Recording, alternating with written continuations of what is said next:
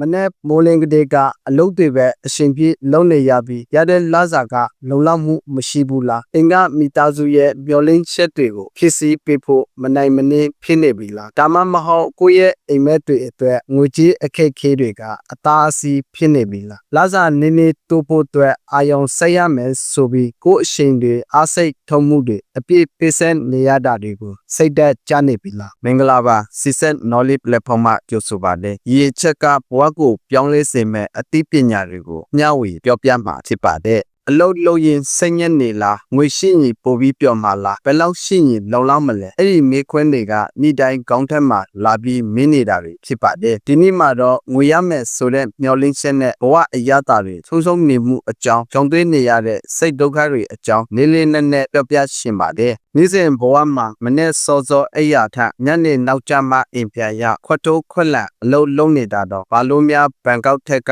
ငွေကလိုအပ်တဲ့အတိုင်းတာတိုးတက်လာတာလဲတကယ်တော့တစ်ချိန်လုံးအလုပ်လုပ်နေရပေမဲ့ပြန်ရတဲ့အကျိုးရလဒ်ကထိတ်တန့်သလားမဟုတ်တာများလာပါတယ်အချိန်နဲ့အားထုတ်မှုကိုငွေနဲ့တိုင်းတာလို့မရဘူးဆိုပေမဲ့စိတ်မကောင်းဖြစ်စေတာကိုဘယ်သူမှမငြင်းနိုင်ပါဘူးဒီလုပ်ကို9နှစ်ကြာအားထုတ်လုပ်ခဲ့နေပါပြီဒါပေမဲ့ကိုပိုင်အင်တလုံးတော့မွေနိုင်သေးဘူးဒီလိုစကားမျိုးကြားလိုက်ရတဲ့အခါရင်ထဲမှာတမျိုးကြီးမစီမဆန်ဖြစ်မိပါတယ်အခုလက်ရှိအချိန်မှာငွေစုဖို့မဖြစ်နိုင်သေးတာယင်းနှမြုံနှံဖို့အခွင့်အလမ်းမရှိတာတွေကအနာဂတ်အတွက်ဘယ်လောက်ထိဆုံးမှုတွေဖြစ်စေနိုင်မလဲလို့တွေးမိတိုင်းစိတ်ထဲမှာမိလုံကျွမ်းတယ်လို့ပူလောင်လာပါတယ်နေ့တွေကုန်လွင်သွားပေမဲ့ဘဝအတိတ်တစ်ခုအတွက်အစပြုဖို့တောင်လုံလောက်တဲ့ဗန်လက်ကြံမရှိသေးတာကအားငယ်စရာပါပဲမနေ့ပိုင်းအလုပ်ညနေပိုင်းမှာအလုပ်တစ်ခုအချိန်ပိုတွေလုပ်ပြီးဘဝရပ်တည်နေရတာတကယ်တော့ဘဝရဲ့အတိတ်တွေကိုရှာဖွေဖို့အခွင့်အရေးတွေကိုဆုံးနေရတယ်လို့ပါပဲဘယ်အချိန်မှာ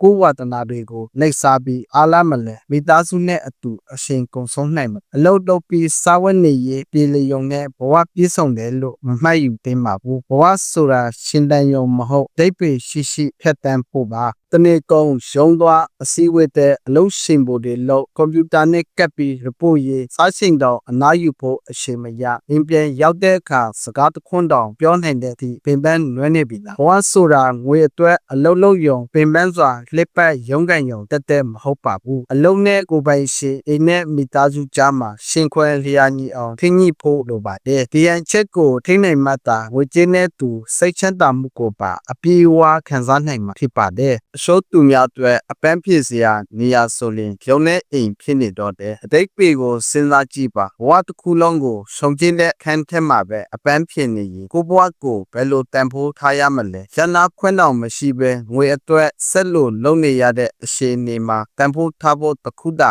ရှိတာကထမှန်ဖြစ်ပေါ်လာမဲ့ဝေပါပဲငွေထွန်းငွေဝင်စိတ်တွေကိုခြေပြတ်ရတဲ့ဘဝဆက်ဝန်းထဲမှာယူမြင့်မြင့်ခံစားရတာကိုဒီထက်ပိုပြီးဆုတ်ထွေးတဲ့တဘာဝမရှိတော့ပါဘူးအလုံးရဲ့ပင်ပန်းမှုအတိုင်းတာနဲ့ငွေအတိုင်းတာကအစိုးညီရဲ့လားညနေ9 နာရီလောက်ကအင်ပြန်လာတာတော့အဲ့ရထက်မှဝင်ပြီးမှအလုံးရှင်ဖို့တွေလုံနေရတာတွေကိုဘာလို့များအလုံးကပတ်စံနဲ့တာတွက်ချက်ကြတာလဲကိုရေးကိုတာဆုံးမှုတွေကျမ်းမာရေးကြောင်းငွေကြေးဆုံးမှုတွေကပြန်လည်ရရှိဖို့မလွယ်ကူတဲ့အရာတွေပါဒီလိုဆုံးမှုတွေကိုရင်ဆိုင်ရတဲ့အခါစိတ်သက်ကြဖို့ကောင်းပြီးဘဝရဲ့ကျန်းမာမှုကိုပြန်လည်တည်ရစေပါတယ်ဝကြေးဆိုင်ရာစိုးရိမ်မှုတွေကမကြာခဏဆိုသလိုညအိယာဝင်ချိန်မှာပိုပြီးထင်ရှားလာတတ်ပါတယ်အကြောင်းရင်းကတနေ့ကုန်အလုပ်များနေချိန်မှာစိတ်ဖိစီးမှုတွေကိုတတိမထားနိုင်ပေမဲ့ညဘက်တိတ်ဆိတ်သွားတဲ့အခါမှာတော့ဒီပြဿနာကိုဘယ်လိုဖြေရှင်းရမလဲအနာဂတ်မှာဘယ်လိုနေထိုင်ရမလဲဆိုတဲ့အတွေးတွေကစိတ်ထဲမှာပြင်းထန်စွာပေါ်လာတတ်ပါတယ်ဒီလိုအတွေးတွေကြောင့်အိမ်မပျော်တဲ့အထိ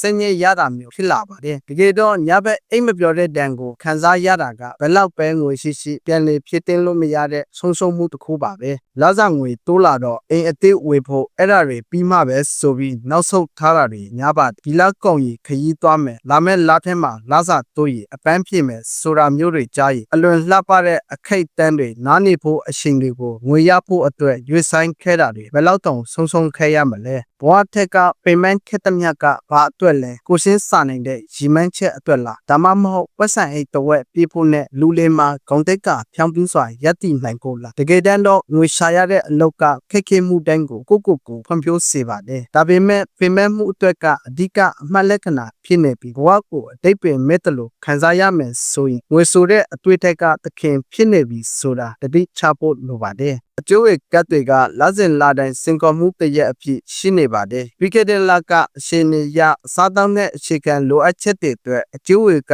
သုံးခဲရပြီးယခုလမှာပြန်ဆက်ဖို့ဖိအားရှိနေတဲ့ဆိုပါစို့ဒါကိုနောက်တစ်တလရွေးစားမယ်ဆိုရင်တော့ဒီလိုနဲ့ပဲဘယ်တော့အဆုံးသတ်မလဲဆိုတဲ့ကြောက်စိတ်နဲ့စိုးရိမ်မှုတွေဝင်လာတတ်ပါတယ်ဒီလိုအခြေအနေမျိုးမှာအကျွေးတွေကြောင့်လေဘဲညှိခံရရတယ်လို့ခံစားရပြီးဘယ်အရှိမှအသက်ရှူရှောင်မလဲဆိုတဲ့ညှော်လက်ချက်မင်းမှုနဲ့လမ်းပြောင်းနေတယ်လို့ခံစားရတဲ့လူငယ်တွေများလာပါတယ်အများစုကဒီလိုပဲတွေးထားကြတယ်ပင်ပန်းမငွေရမယ်စိတ်ညစ်မအောင်မြင်မယ်လူအများစုကစိတ်ပင်ပန်းမှုကျန်းမာရေးပျက်စီးမှုနဲ့ငွေရှာတာဆက်နေတယ်လို့ယုံကြည်နေကြပါတယ်ဒါပေမဲ့ဒါကလွဲမှားတဲ့ယုံကြည်မှုပါတကယ်တော့အောင်မြင်တဲ့သူတွေကစိတ်ပင်ပန်းမှုနေပြီးပို့ပြီးတော့ငွေရှာနိုင်ကြပါတယ်သူတို့ကအလုံးမလုံးလို့မဟုတ်ပါဘူးစိတ်ညစ်ညူမှုကကောင်းကျိုးတဲ့ဆိုးကျိုးပုံများတဲ့ဆိုတာနားလေထားလို့ပါပျော်ရွှင်ခြင်းကတကယ်တော့ပိုထိရောက်စွာအလုံးစင်နိုင်တဲ့အရေးအမြစ်တစ်ခုပါပတ်စံနဲ့ပျော်ရွှင်မှုကြားမှာဆက်ဆက်မှုမရှိဘူးလို့လည်းပြောနိုင်ပါဘူးလေလာတွေ့ရှိချက်များအရ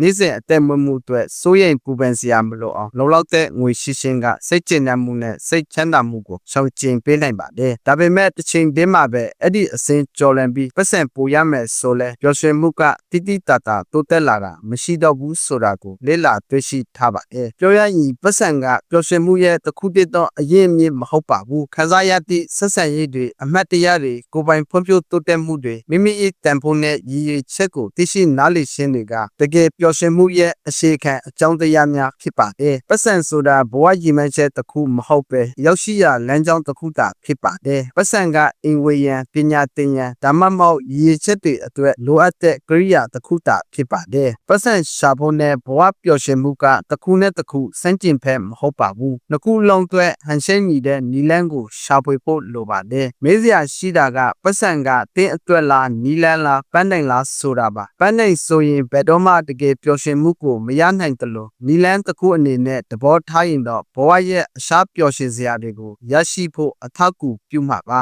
နောက်ဆုံးပြောရရင်ဘဝရဲ့ပန်းနိုင်ကပတ်စံမဟုတ်ပဲပျော်ရွှင်မှုအတိတ်ပဲရှိမှုကိုကြိုးပြုမှုကောင်းမွန်တဲ့ဆက်ဆံရေးဖြစ်ကိုကျဉ်းနှံ့မှုရှိသည့်ဘဝကိုတည်ဆောက်ရန်ဖြစ်တင်ပါတယ်